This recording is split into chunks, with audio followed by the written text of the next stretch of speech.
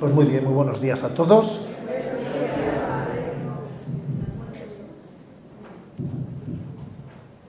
Y vamos a comenzar esta mañana que tenemos, que será una mañana pues un poco especial, formativa, y en este encuentro, ¿no?, del 10º aniversario de los 40 días por la vida en Colombia, pues cuando me pidieron alguna reflexión formativa, lo pensé un poco, le di algunas vueltas y me encontré con una providencia. Me dije, anda, fíjate, qué providencia, no me había dado cuenta. La verdad es que fue la invitación que ustedes me hicieron la que me hizo caer en cuenta de esta providencia. Y es que este año, 2025, se celebra el 30 aniversario de la encíclica Evangelium Vitae. Son 30 años. Entonces dije, mira, casi nos iba a pasar esta encíclica así desapercibida, sin haber caído en cuenta de que es un aniversario en el que bien merece que le peguemos un repaso a una encíclica que es clave, ¿no? Por lo tanto, 30 años de Evangelium Vitae, encíclica de San Juan Pablo II, publicada hace 30 años, fue un 25 de marzo de 1995. Estaba él en el 17º año de su pontificado, ¿no? Entonces él tuvo un magisterio amplísimo, porque claro, su pontificado fue largo, ¿no? 25 años de papa y su magisterio fue muy amplio. Y entonces fue un regalo. Entre todo el magisterio de Juan Pablo II, desde luego brilla una cosa especialmente, que es el catecismo de la Iglesia Católica. Obviamente solamente por eso hubiese merecido la pena, ¿no?, se hubiese justificado un pontificado. Pero aparte del catecismo de la Iglesia Católica, dentro del cual, por cierto, hay pues capítulos reservados al tema del don de la vida, que ya podían ser motivo de estudio, pero además del catecismo, él publicó diversas encíclicas. Una de ellas es Evangelium Vitae. Yo le tengo un cariño a San Juan Pablo II grandísimo. Fue mi papa de mis años de seminario y de mis años de sacerdote, antes de ser elegido obispo. Y entonces yo le considero pastor de pastores.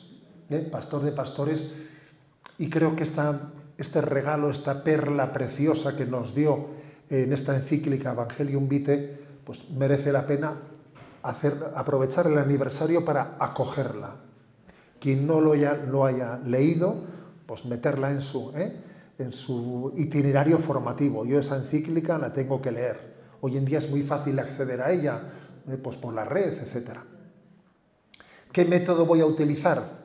Hombre, no voy a hacer una lectura compartida, porque si hago una lectura compartida, yo creo que eso puede ser un poco cansino.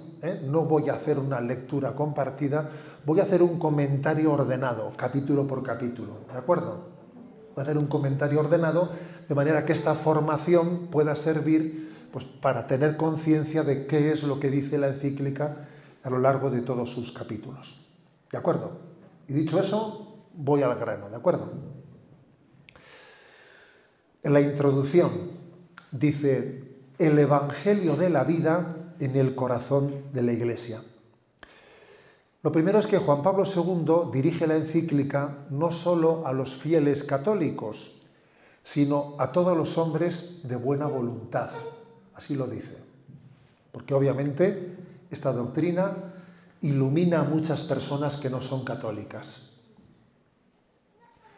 Conozco, no sé si conocéis, por ejemplo, pues el libro de Roma Dulce Hogar, pues de Scott Hahn, etc. A ver, pues si uno lee ese libro de Scott Hahn, Roma Dulce Hogar, se da cuenta que la conversión de ese hombre comenzó por el magisterio de la Iglesia Católica sobre la vida. Leyó Humane Vitae y dijo, esta es la verdad. A él, como protestante, le estaban diciendo cosas muy distintas con respecto a la anticoncepción, etcétera, etcétera. Pero claro, él lee Humane Vitae y dice, en la Iglesia Católica se está custodiando la plenitud de la verdad moral. Luego esta Iglesia tiene que ser verdadera. Entonces, hay muchas personas que se pueden acercar a Dios y a la Iglesia Católica por la presentación de lo que nosotros llamamos el Evangelio de la vida, cómo desde la fe católica se custodia el don de la vida, ¿no? Como sagrada. Bien, entonces, encíclica, digamos, obviamente dirigida a los católicos, pero abierta a todos los hombres de buena voluntad. Y además pasa una cosa, pasa lo siguiente, que por una parte dice uno, hombre, es que hablar sobre la dignidad de la vida y en contra del aborto, para decir eso no hace falta ser católico. Hombre, en teoría eso es algo de ley natural. Y de hecho, otras muchas religiones también lo sostienen. Y de hecho, puede haber ateos que también tengan conciencia clara de que la vida es sagrada, ¿no? Es algo que es de ley natural. Sí, eso es así. Pero ¿qué ha ocurrido? Que con el paso del tiempo, es obvio, es constatable, que la ley natural se va dificultando en su comprensión cuando las conciencias se van oscureciendo. Si las conciencias se van oscureciendo progresivamente, lo que era de ley natural, casi de sentido común, comienza a no ser percibido por muchas personas. Y eso es así. Que la vida, que el hombre no puede acabar con la vida de un hijo concebido, eso parece de sentido común, ¿no? Ya, pero fíjate tú que si las conciencias se van oscureciendo, se llega a ver un eclipse moral, un eclipse de las conciencias que se quedan a oscuras y lo que era de ley natural no es percibido, sino es muchas veces a la luz de la ley de Dios. Y tiene que venir la ley de Dios, tiene que venir el Evangelio para iluminar a la conciencia moral. Y la ley natural te enteras gracias a la ley de Dios. Es de ley natural, sí, pero si la ley de Dios no te lo llega a haber dicho, la conciencia ha quedado suficientemente anestesiada pues por el hedonismo, el materialismo, como para que no te enteres. Esto es, dicho de otra forma, la famosa frase que dijo Chesterton, ¿no? Que hay una frase de las suyas, dice, quitad lo sobrenatural y no os vais a encontrar con lo natural, sino con lo antinatural. Y eso es así. A los hechos nos remitimos. Hoy en día quitas lo sobrenatural y con lo que te encuentras es no con lo natural, sino con lo antinatural. ¿Claro? Porque es que al final es la ley de Dios la que se está sosteniendo la ley natural. Por eso, esta encíclica también está abierta a todos los hombres de buena voluntad, que todavía intentan buscar la verdad de la conciencia humana, de la verdad que puede ser descubierta de cuál es la ley natural, ¿no? Conviene también prestar atención al título de la encíclica. El título es Evangelium Vitae, o sea, el Evangelio de la vida. Vida en el sentido íntegro, vida física, pero también vida espiritual, también vida eterna. ¿Me explico? O sea, en el sentido íntegro, porque a veces, hoy en día es curioso que las nuevas ideologías predican, por ejemplo, la ecología natural, ¿no? O sea, y no predican la ecología humana. O sea, es curioso que tengamos la sensibilidad pues para poner bajo sospecha los transgénicos en la agricultura y que no se respeten. O sea, estamos en contra de los transgénicos, muchas veces los ecologistas, los transgénicos que no están respetando, ¿no? Pues la propia biología y genética de la biología y sin embargo luego aceptan el transgénero humano. Vamos, pues mire usted, no entiendo yo cómo yo me puedo colar un mosquito y tragarme un camello. O sea, si yo predico un valor, tiene que ser íntegro. Luego, si hablamos del Evangelio de la vida, es la vida biológica, pero la vida humana, pero la vida espiritual, pero la vida eterna, en el sentido pleno del término.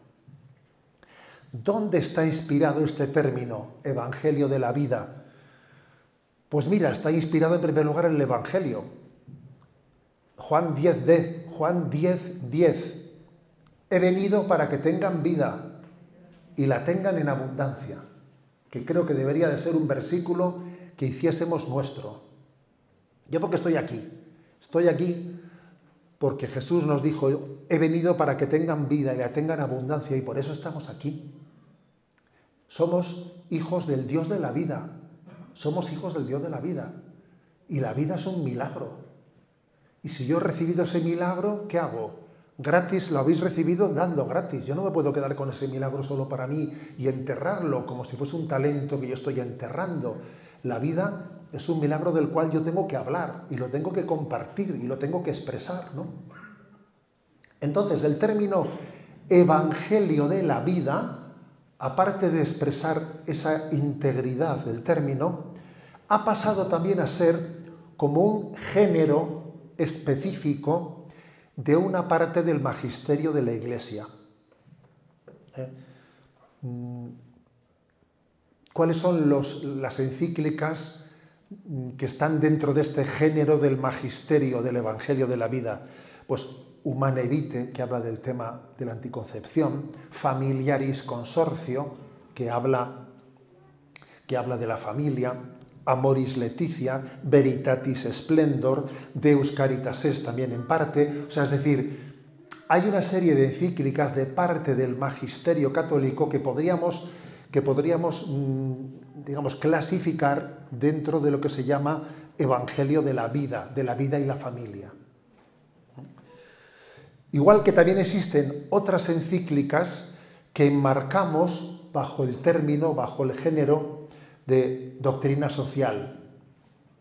Encíclicas de doctrina social, que suelen hablar más, por ejemplo, de la paz en el mundo, de la distribución de los bienes entre todos nosotros, de la dignificación del trabajo, de la justicia social. Por ejemplo, Rerum Novarum de León XIII, que fue la primera; Mater Magistra de Juan XXIII, Populorum Progressio de Pablo VI, Labor in Exercens de Juan Pablo II, Solicitudo Rei Sociales de Juan Pablo II, Caritas in Veritate, Benedicto XVI, Laudato Si, Papa Francisco, Fratelli Tutti, Papa Francisco. Estos se llaman encíclicas, digamos, de doctrina social, y a las otras más bien les llamamos de encíclicas del Evangelio de la vida, pues porque abordan digamos, aspectos.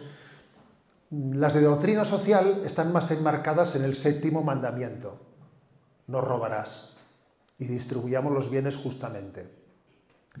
Mientras que las encíclicas de la familia y de la vida están más englobadas en el 5.º mandamiento: no matarás, y en el 6.º mandamiento, de la pureza y de la visión de la familia. ¿De acuerdo? Bueno, sigamos adelante. Obviamente estas subdivisiones, que de hecho son matizables, y de hecho existen encíclicas que es difícil encuadrarla. Esta encíclica la meto en este campo o la meto en el otro, tiene parte de esto y tiene parte del otro, ¿no? Lo importante es que tengamos integridad en la recepción del Evangelio, sin que tengamos recepciones parciales excluyentes. Por ejemplo, a mí es que me importan únicamente estas encíclicas, que son las mías. Las otras no son para mí, que se encarguen otros de ellas. No sería correcto. Creo que todo católico tiene que estar abierto al conjunto del magisterio. Hay dos formas de leer el magisterio y la palabra de Dios. Dos formas. Una es, me pongo a leerlo y me fijo en aquellos pasajes que se identifican más con mi sensibilidad. Entonces me quedo con ellos, los medito, los leo, los subrayo, y los demás con los que no me identifico tanto los paso rapidito. Bueno, es una forma de leer de aquella manera. Hay otra forma de leer. Voy leyendo el magisterio de la Iglesia o la propia palabra de Dios, y aquellos textos que me resultan menos familiares, con los que no me identifico tanto, me voy a parar especialmente en ellos, porque está claro que yo tengo una carencia que tengo que intentar educar. Y yo creo que esta segunda forma de lectura es importante, porque si nos quedamos solo con la primera, uno tiene el riesgo de adaptar el Evangelio, el magisterio, a su sensibilidad, en vez de educar su sensibilidad al magisterio. Por eso yo creo que es importante que estemos abiertos al magisterio sobre la familia y sobre la vida, al magisterio sobre la justicia social, sobre lo que pasa en el mundo laboral, sobre lo que pasa en el gran pecado que existan millones de pobres en el mundo, personas que mueran de hambre, el escándalo que es que haya países ricos y países pobres con esa diferencia entre ellos. O sea, todo tiene que ser objeto de nuestra atención, preocupación y formación. Porque si no hiciésemos eso, tendríamos un riesgo, que es una recepción parcial. Esto creo que es importante. Bien, ¿cuál es la finalidad de Evangelium Vitae? Que lo dice en ese prólogo. Primero, confirmar con la autoridad de Pedro, del sucesor de Pedro, las enseñanzas constantes de la Iglesia sobre el carácter sagrado de la vida humana. Esta es una encíclica en la que el Papa utiliza, digamos, su autoridad magisterial, pues, como vamos a ver, después lo veremos, ¿no?, para decir que es intrínsecamente contrario a nuestra moral el aborto. ¿Qué pasa? ¿Que antes no lo decía o qué? Sí, claro, a ver, eso ha sido una constante en toda la historia, pero es verdad que quizás no se había formulado de una manera tan precisa y tan concreta como se formuló cuando llegó esta encíclica, ¿de acuerdo? Entonces, la primera finalidad de esta encíclica es confirmar con la autoridad de Pedro la enseñanza constante de la Iglesia sobre el carácter sagrado de la vida humana, especialmente en el tema del aborto y la eutanasia, y también la segunda finalidad, convocar a toda la humanidad a una gran movilización en favor de la vida. Que en esta encíclica es obvio, el Papa llama a todo el mundo a movilizarse, superando la cultura de la muerte, que amenaza con volverse dominante en muchos sectores sociales, ¿no? Bien, esta es la introducción. Vamos al capítulo primero, ¿de acuerdo? Capítulo primero. Y lo han titulado, echando mano de un versículo del Génesis, que seguro que vais a identificar. La sangre de tu hermano clama a mí. Es un versículo en el que después del asesinato de Abel por parte de Caín, Yahvé le dice: ¿dónde está tu hermano? La sangre de tu hermano clama hasta mí. Oye, es un versículo impresionante, ¿eh? Un versículo impresionante. Parte, por lo tanto, de la historia bíblica de Caín y Abel, que está en el capítulo 4 del Génesis, sobre todo el versículo del 1 al 16, como paradigma, ¿no? Como un paradigma de lo que es el fratricidio, ¿no? Dice la encíclica: la historia de Caín y Abel se repite incesantemente, se alza el hermano, nos alzamos contra nuestro hermano y lo matamos. Eso es terrible, ¿no? Todo asesinato es un fratricidio, ¿eh? ¿Y qué hace el Papa en este primer capítulo? Primero, hace una descripción del panorama. Y hay que reconocer que el panorama es muy duro, es un panorama sombrío. El aborto se ha ido extendiendo. Y ojo, y desde que el Papa publicó esta encíclica hace 30 años hasta ahora han pasado todavía muchas cosas. La mayoría en sentido contrario, aunque también ha habido algunas en sentido positivo en las legislaciones, pero la mayoría en sentido contrario en los últimos 30 años. El aborto, vamos, en España, por ejemplo, pues terminó habiendo una sentencia del Tribunal Constitucional en la que prácticamente se acaba reconociendo el derecho al aborto. Dice, a ver, mire usted, el derecho al aborto, si en una sentencia anterior del Tribunal Constitucional se había hablado de que existe el derecho a la vida del nasciturus, ¿cómo usted ahora, con la misma Constitución, me dice que existe el derecho al aborto? Oiga, una cosa y la otra no se casan. Mire usted, soplar y sorber al mismo tiempo no se puede hacer. O sea, porque es que, o el nasciturus tiene derecho a la vida o existe el derecho al aborto. ¿Me quiere usted explicar esto? Bueno, pues eso en España, por ejemplo, ha entrado. Entonces, que se hable del derecho al aborto, derecho a matar a un inocente. Madre mía, qué eclipse de las razones eso. Es un eclipse moral ¿eh? O el hecho de que se haya extendido también en España pues, la eutanasia, ¿no? Bueno, en España, en muchos lugares del mundo, como un acto compasivo, que es el colmo, ¿no? Te mato por compasión, pero vamos, ¿no? Pero por compasión, ¿eh? También creo que hay que subrayar el uso de anticonceptivos abortivos bajo la máscara de control de natalidad. Pero pasa una cosa, ya sabemos que la anticoncepción no tiene la misma calificación moral que el aborto, porque la anticoncepción, si es anticoncepción, no mata a un ser vivo, eso es verdad, pero también la anticoncepción es moralmente muy grave, porque forma parte de la cultura de quien se cierra la vida. Hay un tránsito, la anticoncepción y el aborto están ligados. Alguno me dirá, no, porque la anticoncepción no mata, el aborto sí, no están ligados. No, perdón, no son lo mismo, pero sí están ligados, porque los dos responden a cerrarme a la vida. Entonces, si yo me cierro a la vida, eso tiene muchas formas. Y si la primera barrera me ha salido mal, recurro a la segunda fácilmente. Porque estamos bajo una lógica en la que el hombre se constituye en árbitro de la vida.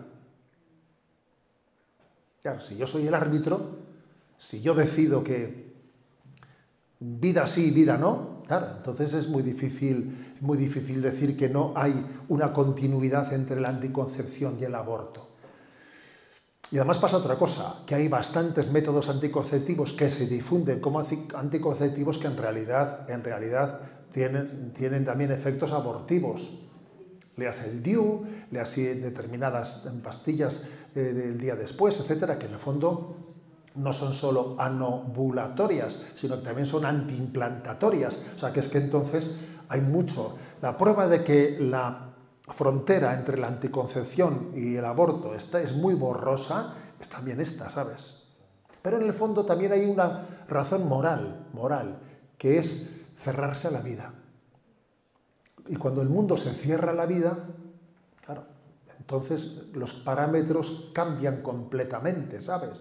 Cambian completamente. Entonces es que tú eres el árbitro de la vida. También el Papa a la hora de pintar el panorama describe las guerras. Las guerras. Violencia urbana, terrorismo, explotación sexual. Lo de las guerras es tremendo, ¿eh? Podríamos hacer un excursus hablando un poco de lo de Gaza y de lo de Ucrania, pero es tremendo. ¿Tú sabes lo que son cientos de miles de personas? Para el programa de Sexto Continente, recientemente hice una pequeña investigación sobre cálculos de cuántas personas pueden haber muerto en la guerra de Ucrania, ¿no? Entonces, claro, te hacen un cálculo de estimación tirando por lo bajo o tirando por lo alto, pero haciendo un cálculo, digamos, medio, sin quedarnos con lo que podría ser exagerado con tal, estamos hablando más o menos de momento unos 400.000 muertos en Ucrania. ¿Sabes qué son 400.000 muertos? ¿Y lo de Gaza? Pero ¿cómo se pueden matar a más de 60.000 personas a la vista de todos, haciendo que los escudos humanos sean los que pagan el pato? Pero bueno, ¿cómo se puede hacer eso, no? Y luego además ver cómo el mundo intenta justificar todo eso, porque la gente, no, yo es que soy de los palestinos, yo soy de los israelíes, pero ¿esto va de bandos o qué? Pero te das cuenta de que las personas que mueren son personas... O sea, ¿a mí qué me importa el bando? ¿A mí qué me importa el bando? ¿A mí qué más me dará? Porque parece que si yo soy de un bando o soy del otro, o los nacionalismos. ¿Tú te das cuenta que la guerra de Ucrania es una guerra entre cristianos ortodoxos? Vaya fracaso que es eso. Encima entre los cristianos matándose. ¿Por qué? Por nacionalismos. Nacionalismos, ¿a mí qué más me dará? Yo voy a poner la frontera de mi nación por encima de la vida. O sea, es decir, que el panorama es muy duro. El panorama es muy duro, ¿no? También el Papa en la encíclica dice, y miremos las condiciones de hambre y de miseria en la que viven millones de personas. El escándalo del hambre, el escándalo de la pobreza, es tremendo.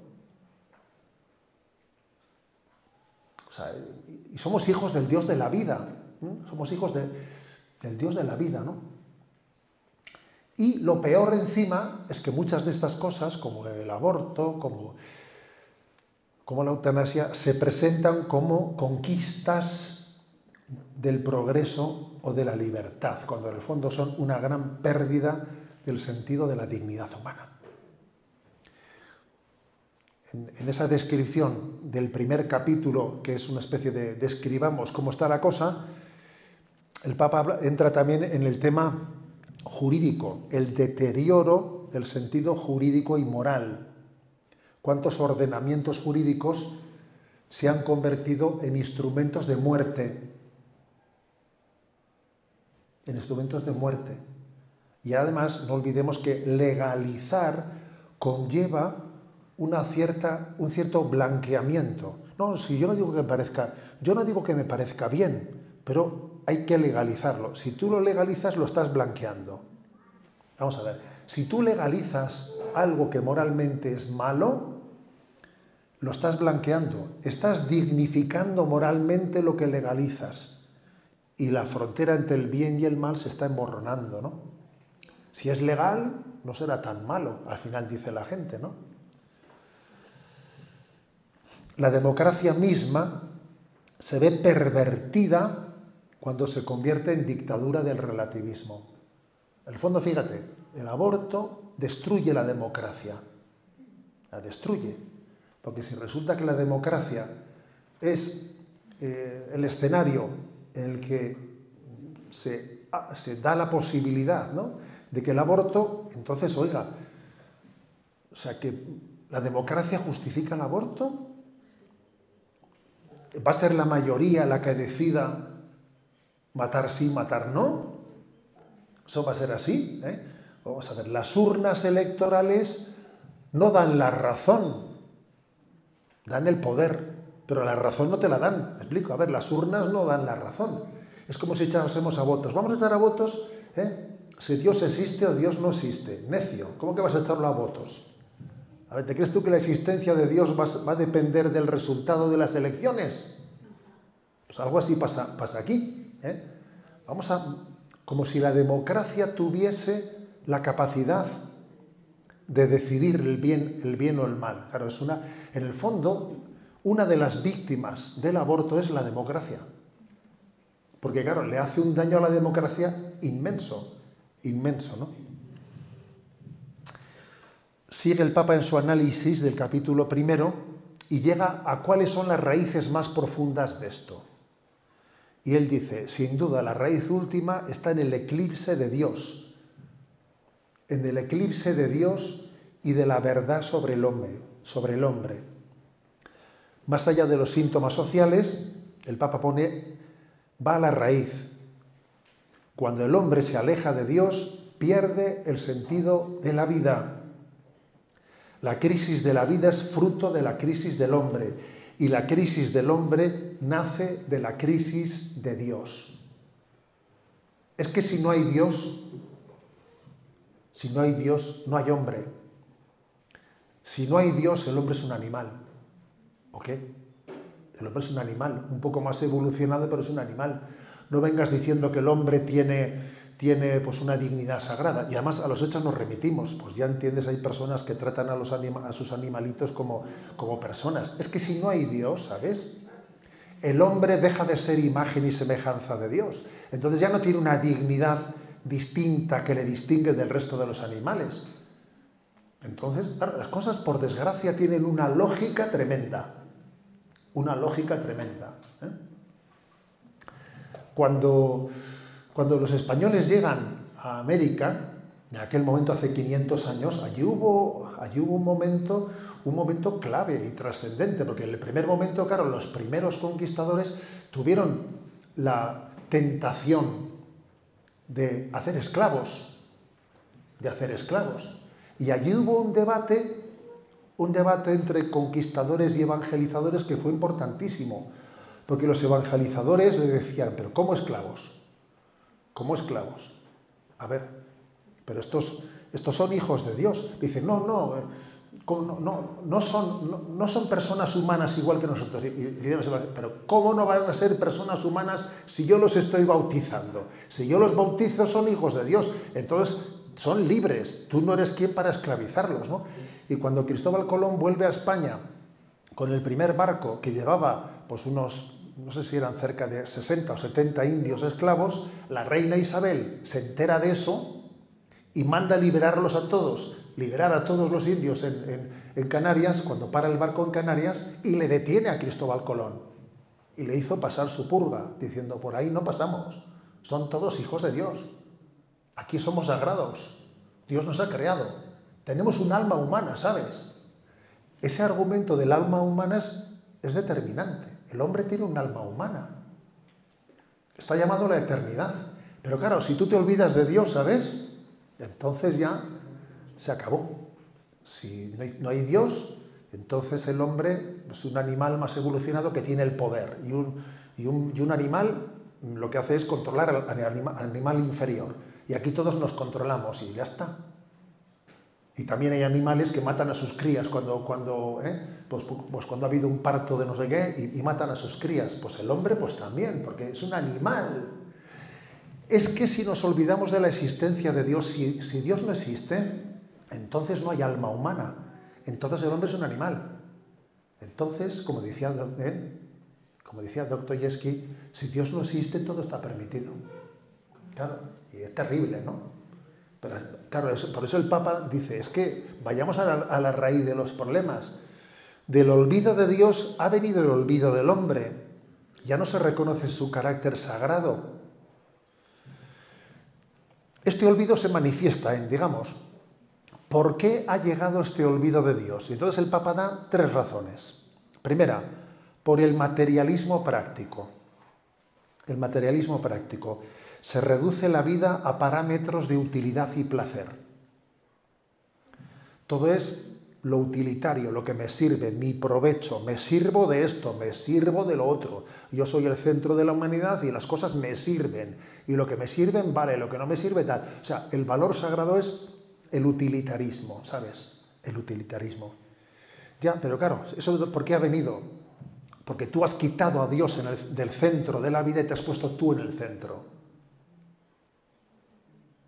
Y ya no te haces la pregunta de, ¿esto es sagrado? No. ¿A mí me sirve o me complica la vida?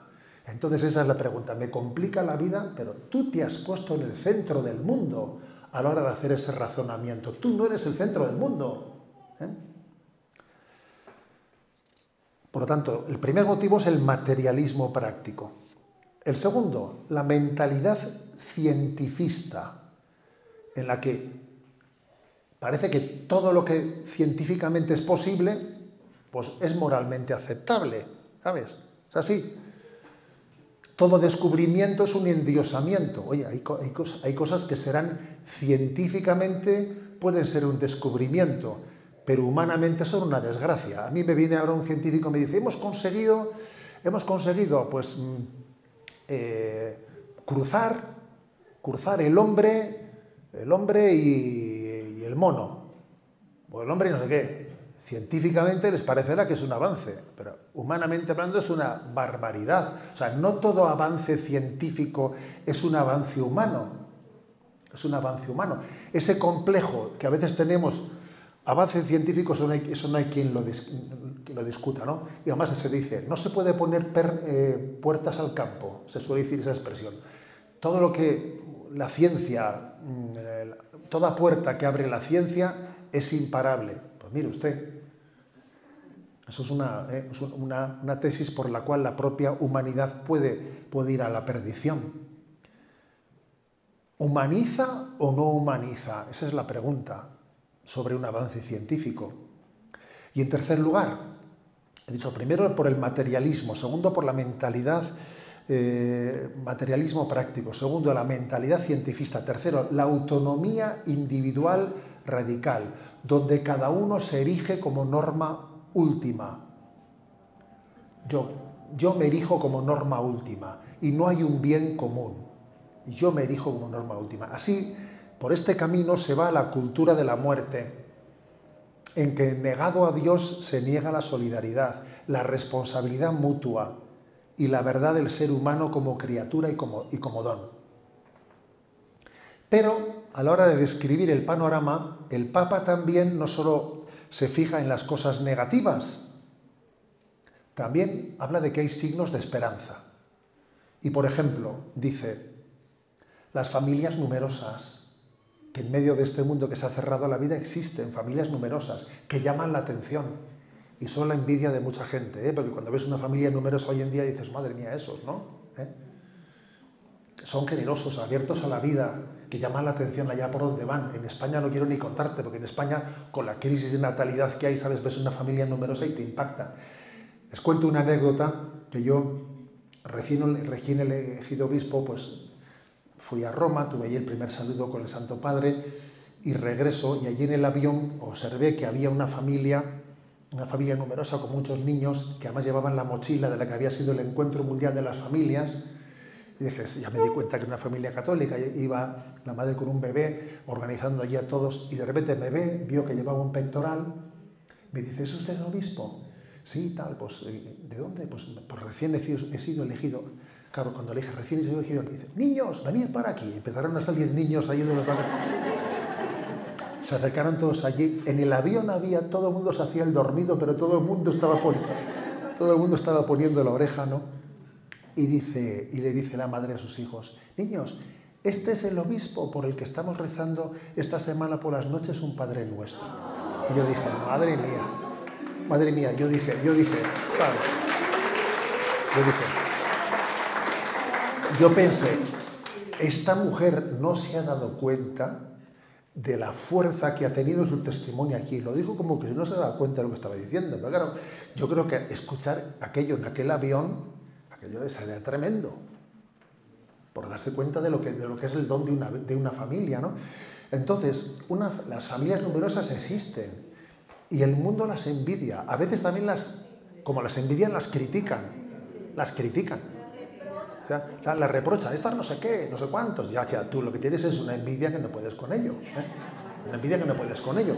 Entonces, creo que eso es un signo de esperanza. En el fondo, fíjate, hay una admiración que en nuestra conciencia existe una conciencia de decir, es que claro, es que este es el plan de Dios. Este es el plan de Dios, ¿no? Yo, de hecho, os voy a decir que yo, con el paso de los años, con esto de la presencia en redes sociales, una cosa que he descubierto es que una manera de trabajar por el Evangelio de la vida muchas veces es mostrarlo.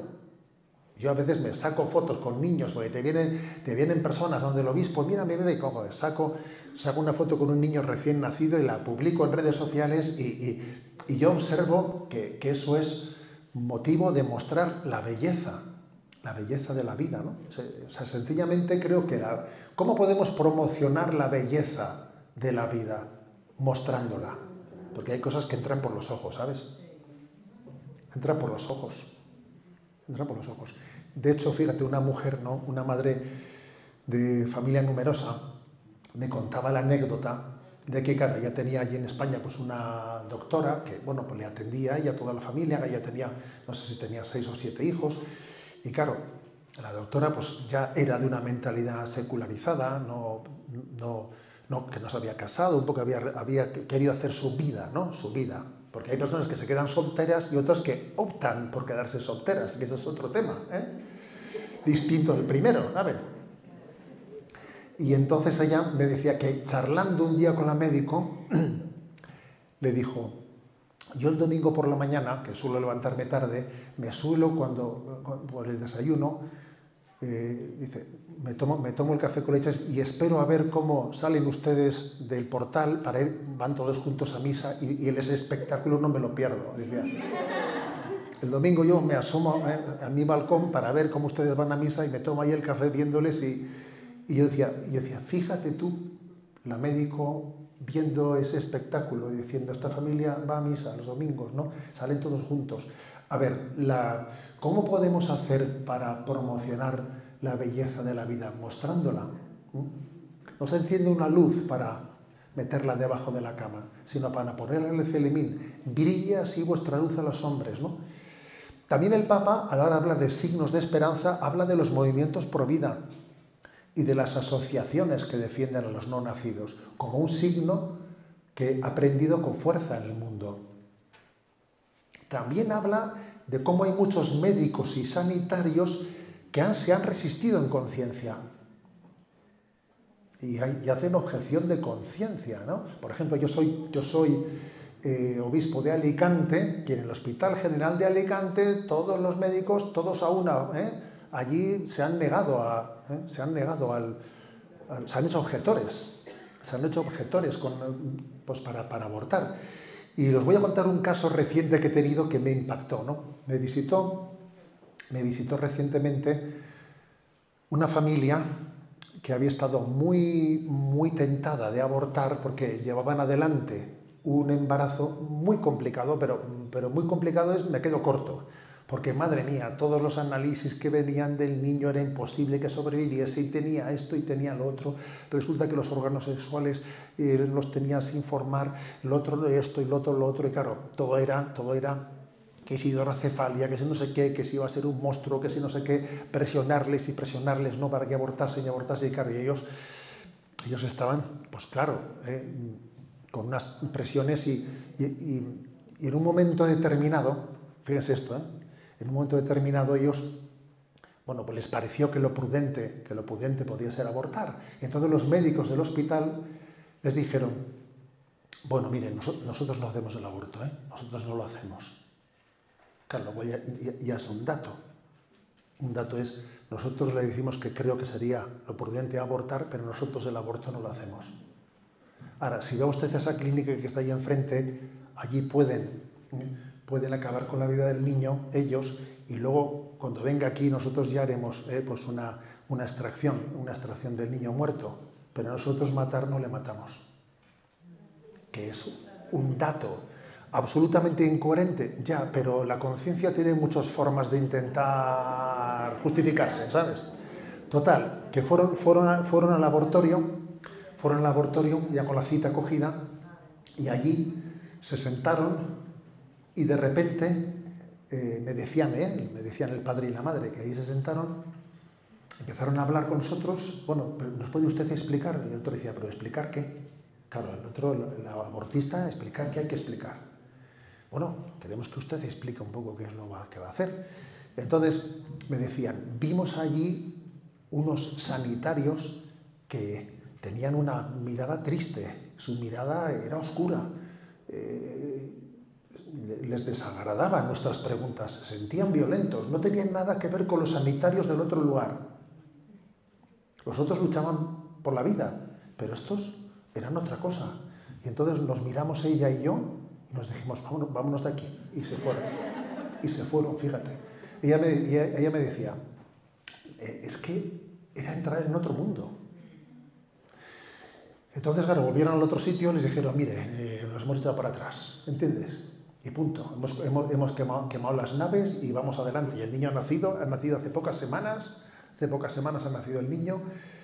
Todavía no he tenido porque está claro, ha nacido muy pequeñito y está metido en una incubadora y tendrá que estar bastante tiempo en la incubadora, allí está, ¿no? Pero a mí lo que me llamó la atención de este caso es ver cómo incluso cuando la conciencia no está bien formada del todo, pero yo matar no le mato, eso que lo haga otro, me explico. O sea, yo no estoy hecho, a mí no me han educado para matar. Yo he sido educado, eso me llamó la atención, dije yo, fíjate cómo son las cosas. Seguimos. Por lo tanto, el Papa dice, hay esperanza porque hay médicos y sanitarios fieles a su conciencia. También hay legisladores que luchan por leyes justas. Y está, por ejemplo, la batalla de Estados Unidos contra la sentencia Roe, que hay que reconocer que esos 50 años de batalla han sido fuertes, ¿no? Y como el Tribunal Supremo le ha dado la vuelta, eso es un signo de esperanza, obviamente, ¿no? El Papa incluso habla de otro signo de esperanza, tantos voluntarios que acompañan a los ancianos y enfermos con ternura, viendo todo como estos son semillas de una cultura de vida que, aunque pequeña y frágil, es capaz de crecer. O sea que las parábolas del grano de mostaza y de la levadura son dos parábolas muy importantes en el mundo pro vida. Porque ¿sabes lo que te digo? Porque es que la vida tiene una fuerza intrínseca y entonces esa semilla pequeña está llamada a crecer. Bueno, ese es el primer capítulo, ¿de acuerdo? El primer capítulo es una descripción del panorama. Vamos al capítulo segundo. Yo he venido para que tengan vida, Juan 10:10. El segundo capítulo nos presenta la clave cristológica. La clave cristológica. Jesús no solo predica la vida, sino que Él es la vida. Cristo es la vida. Yo soy el camino, la verdad y la vida. Por lo tanto, matar la vida es atentar contra Cristo, porque Él es la vida. Él viene a revelarnos en cada ser humano que nace o muere la presencia de Dios. Y especialmente eso ha acontecido en un momento determinado, ¿sabéis? Que ha sido en la encarnación. Y no en vano, esta encíclica, Evangelium Vitae, el Papa la firmó el 25 de marzo. Es una encíclica firmada por el Papa el 25 de marzo, porque la encarnación nos recuerda que Dios ha asumido la condición humana desde su inicio y que Dios ha experimentado todos los estadios de la vida humana. Podríamos decir perfectamente, el Verbo de Dios se hizo embrión y habitó entre nosotros. Lo podríamos decir perfectamente, ¿sabes? Perfectamente. Entonces la fecha elegida es clave,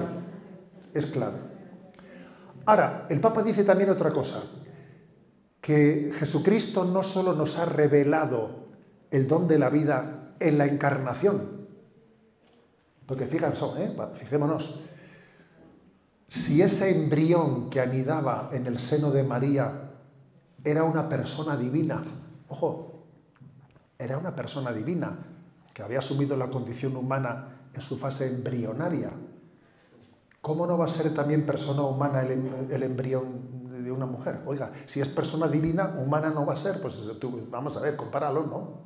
Compáralo. Entonces, pero dice el Papa, no solo es en la encarnación donde Jesucristo nos descubre la dignidad de la vida, también es en la cruz. Y esto que voy a decir me parece muy importante. Porque Jesús asume el sufrimiento y la muerte dándoles un sentido redentor. Entonces, el sentido redentor del sufrimiento, de la enfermedad, es clave. Jesús no huye del dolor, lo asume con amor, cura a los enfermos, defiende a los débiles. Es decir, que el mal ante Cristo no tiene la última palabra. El sufrimiento se afronta. No huimos del sufrimiento. Porque detrás del aborto, ¿qué es lo que hay? Huir del sufrimiento, ¿me explico? Cuando se aborta, se está huyendo del sufrimiento.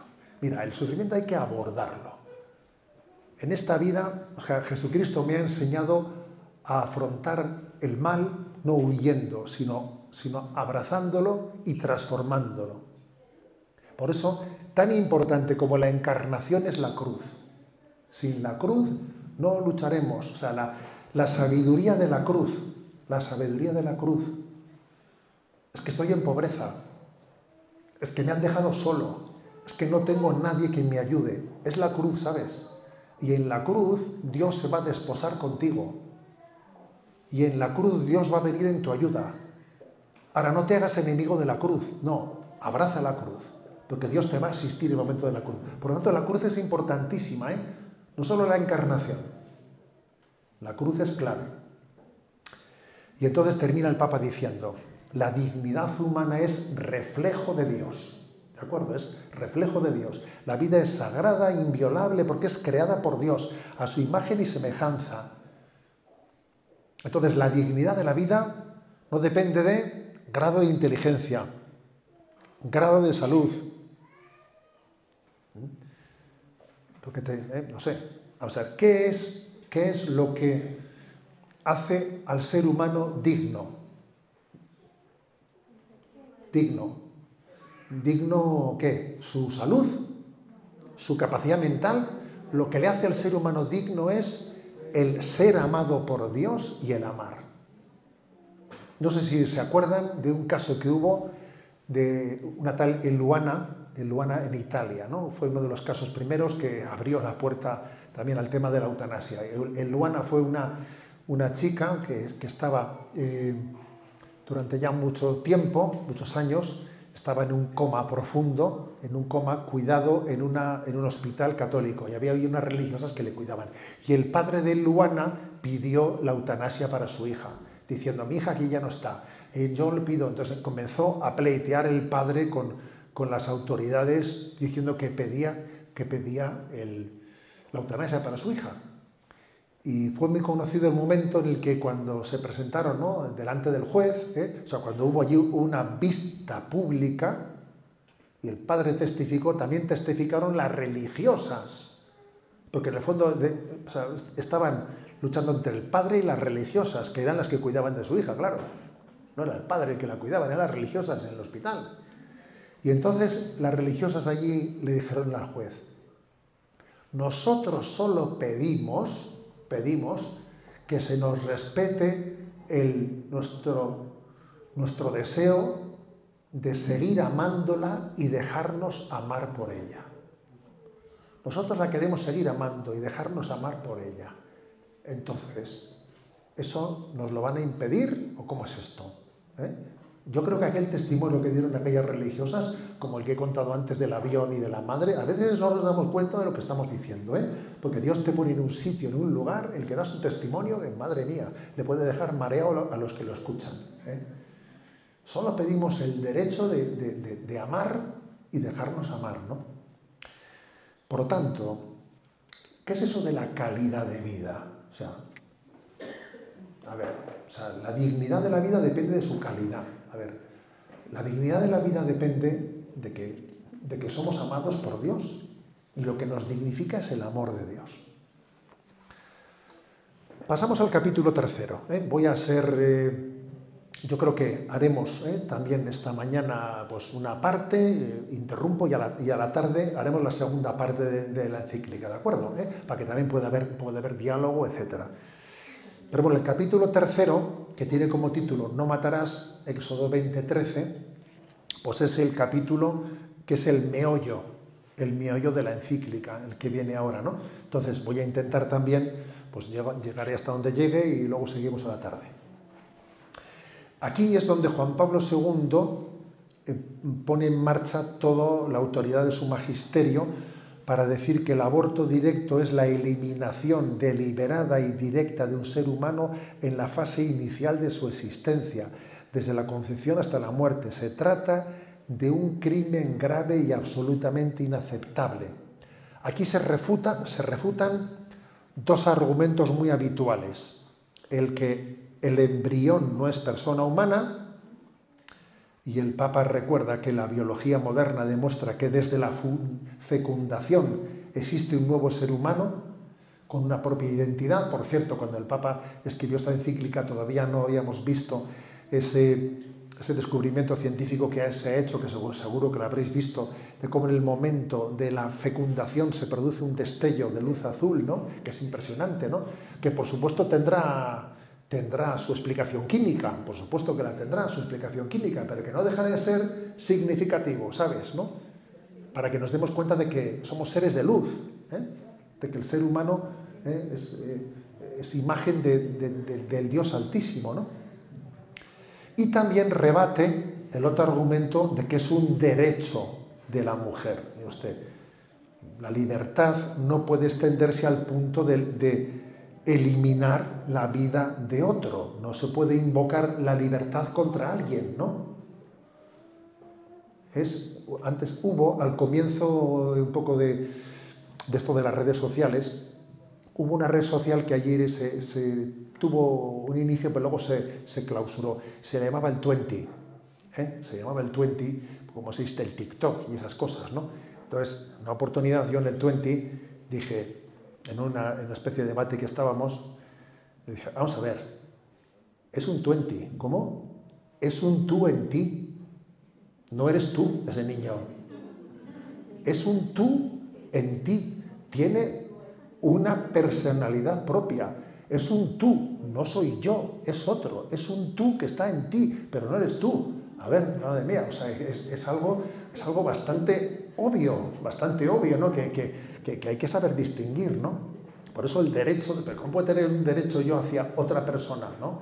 Tendrás un derecho sobre tu pelo, pero no sobre una persona humana, Por tanto, el Papa dice, con la autoridad que Cristo confirió a Pedro y a sus sucesores, declaro que el aborto directo es, querido como fin o como medio, un desorden moral grave, que es una declaración solemne que tiene carácter definitivo, un magisterio infalible ordinario de la Iglesia.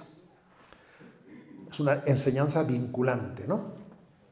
También denuncia el Papa la complicidad de muchos profesionales sanitarios, legisladores y medios de comunicación que crean entre todos una, atención a esta palabra, estructura de pecado. Esta es una palabra muy utilizada por San Juan Pablo II. ¿Qué es una estructura de pecado?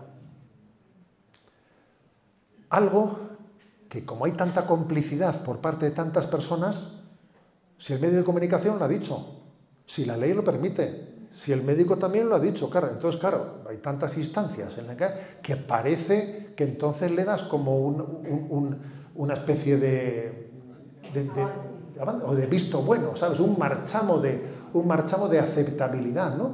No, es una estructura de pecado. Lo que pasa es que es una especie, se convierte, una estructura de pecado llega a generar pecados de época. ¿Y qué es un pecado de época? Es un pecado en el que los que son hijos de esa época tienen una ceguera colectiva que no lo perciben como tal. Porque hay una estructura de pecado que está un poco obnubilando la conciencia. Y ojo, que eso ha ocurrido en otros tiempos. Por ejemplo, la estructura de pecado hizo que en otros siglos la esclavitud se admitiese. Oye, había esclavos, pues ya está, ¿no? O sea, se admite. ¿Por qué? Porque había una estructura de pecado y había un pecado de época que llevaba a tener una especie de eclipse moral. En otras épocas hubo otras cosas que eran increíbles. Por ejemplo, el que se admitiesen los duelos. Se han ofendido, bueno, que hagan un duelo y que se matan en duelo a ver quién le mata a quién. Bueno, ¿cómo permitían eso? Bueno, pues la estructura social permitía hacer duelos en aquel tiempo.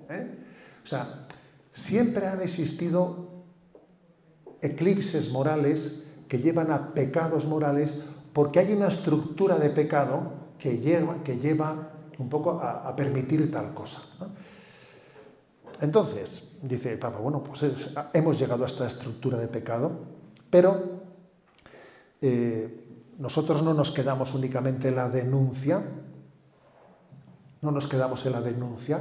nuestra comprensión también tiene que estar hacia las personas que muchas veces por esa estructura de pecado, no voy a decir que son inocentes, porque hombre, a ver, pero sí que su responsabilidad moral puede estar aminorada, ¿sabes? Pues porque hay muchos casos en los que esa estructura de pecado hace que una persona haya estado tan anestesiada en su conciencia que no se da cuenta de la barbaridad que ha hecho hasta que se convierta. El día que se convierta se dará cuenta de la barbaridad que hizo. Pero hasta que se convierta, hombre, tampoco uno está a ver, algo le remuerde, ¿me explico? Pero no tiene plena conciencia. Entonces también el Papa dice que tenemos que caracterizarnos en medio de este oscurecimiento por una cercanía hacia las personas que han abortado, confundidas, abandonadas, presionadas muchas veces.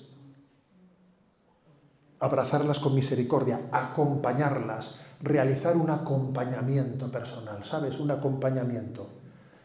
¿Qué es decir? Comprendo. No justifico, perdón, ¿sabes? Que hay que distinguir entre comprendo y justifico. Yo no justifico, pero comprendo. Comprendo que en determinadas conciencias oscurecidas y en determinadas situaciones pasen cosas. Lo comprendo, pero no lo justifico. Y yo no juzgo a las personas, sino juzgo los actos morales, que es distinto, ¿eh? O sea, pero los actos morales sí los juzgamos, por Dios, porque a veces cuando se dice no hay que juzgar, bueno, no hay que juzgar a las personas, pero sí a los actos morales, o sea, distingamos las cosas, ¿no? Bueno, eso es lo que dice el Papa con respecto al aborto. Y luego entra en la eutanasia. Y en la eutanasia define la eutanasia como una acción o una omisión que por su naturaleza e intención causa la muerte con el fin de eliminar cualquier dolor, aunque algunos la presenten como un acto piadoso, es y será un homicidio. La eutanasia niega el valor del sufrimiento y el sentido del acompañamiento. La eutanasia es enemiga de la cruz de Cristo. Entonces, esto es importante que lo subrayemos, ¿no? También, por supuesto, el Papa habla de la importancia de la profesión sanitaria en el acompañamiento de los enfermos terminales, la importancia de los cuidados paliativos. Habla también y aborda el tema del ensañamiento terapéutico. Entonces, lo que viene a decir que existe la obligación, cuando estamos enfermos, de poner los medios ordinarios y proporcionados. Y sin embargo, es lícito rechazar los medios extraordinarios, si prudentemente uno juzga que no van a ofrecer un beneficio real. Pues, por ejemplo, una persona con un cáncer muy extendido que no tiene salvación puede tomar la decisión de decir, me parece prudente que es mejor no someter a este cáncer a